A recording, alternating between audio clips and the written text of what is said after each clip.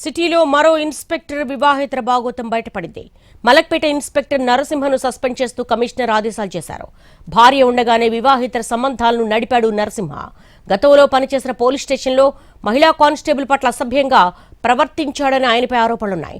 భార్యతో విడాకుల కేసు పెండింగ్లో ఉండగానే మరో వివాహం చేసుకున్నాడని నరసింహపై అలిగేషన్స్ వచ్చాయి. రెండో భార్య కుమారుడికి పెద్ద ఎత్తున బర్త్డే పార్టీ కోసం అధికార దుర్వినియోగం చేశాడని ఆరోపణలు కలకలం రేపాయి.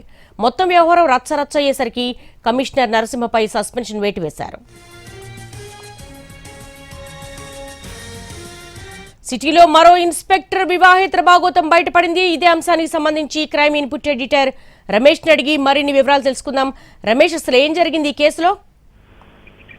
ఏదైతే హైదరాబాద్ నగరంలో కొంతమంది కాకి కీచకుల వల్ల పోలీస్ డిపార్ట్మెంట్ పూర్తిగా పరుగుపోతుందని చెప్పతే అయితే తాజాగా మరొక ఇన్స్పెక్టర్ సంబంధించిన ఒక అవినీతితో పాటు అతనికి సంబంధించిన అక్రమ సంబంధాలు విడుదలకు రావడంతో నగర పోలీస్ కమిషనర్ మలక్పేట ఇన్స్పెక్టర్ నరసింహను సస్పెండ్ చేస్తూ ఆదేశాలు ఇవ్వడం జరిగింది. అయితే ఈ నరసింహ తన భార్యకి మధ్య కొంతకాలం వివాదాలు ఉన్నాయి. ఈ నేపథ్యంలో విడాకుల కోసం దరఖాస్తు చేసుకున్నారు. అయితే విడాకుల కేసు ఒకవైపు ఉండగానే అతను మరొకరితో వివాహ సంబంధాన్ని కొనసాగించడంతో పాటుగా ఆ లేడీతో వివాహం చేసుకుని రెండో భార్య కుమారుని బర్త్డే పార్టీకి పెద్ద ఎత్తున తన అధికారాన్ని దుర్వినియోగం చేసి పెద్ద ఎత్తున ఆరోపణలు వచ్చాయి. దీంతో పాటుగా గతంలో ఒక పోలీస్ స్టేషన్ ఎస్ఎస్ఓ పనిచేస్తున్న సమయంలో అతను పెద్ద ఎత్తున అక్కడున్న లేడీ కానిస్టేబుల్ పట్ల అసభ్యంగా ప్రవర్తించారన్న వేధింపుల కేసు కూడా నమోదైంది. దాంతో పాటుగా అతను యాచరంలో కావచ్చు మరికొన్ని పోలీస్ స్టేషన్ ఎస్ఐగా పనిచేస్తున్న సమయంలో కూడా అక్కడ కూడా మహిళా కానిస్టేబుల్ పట్ల దృష్టిగా అసభ్యంగా ప్రవర్తించారన్న ఆరోపణలు ఉన్నాయి.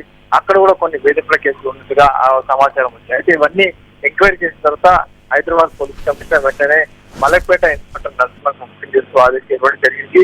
అతని పైన పూర్తిసారి కూడా ఎంక్వైరీ చేస్తున్నట్టుగా పోలీస్ కమిషనర్ చెప్పారు. All right Ramesh, thanks for the live updates.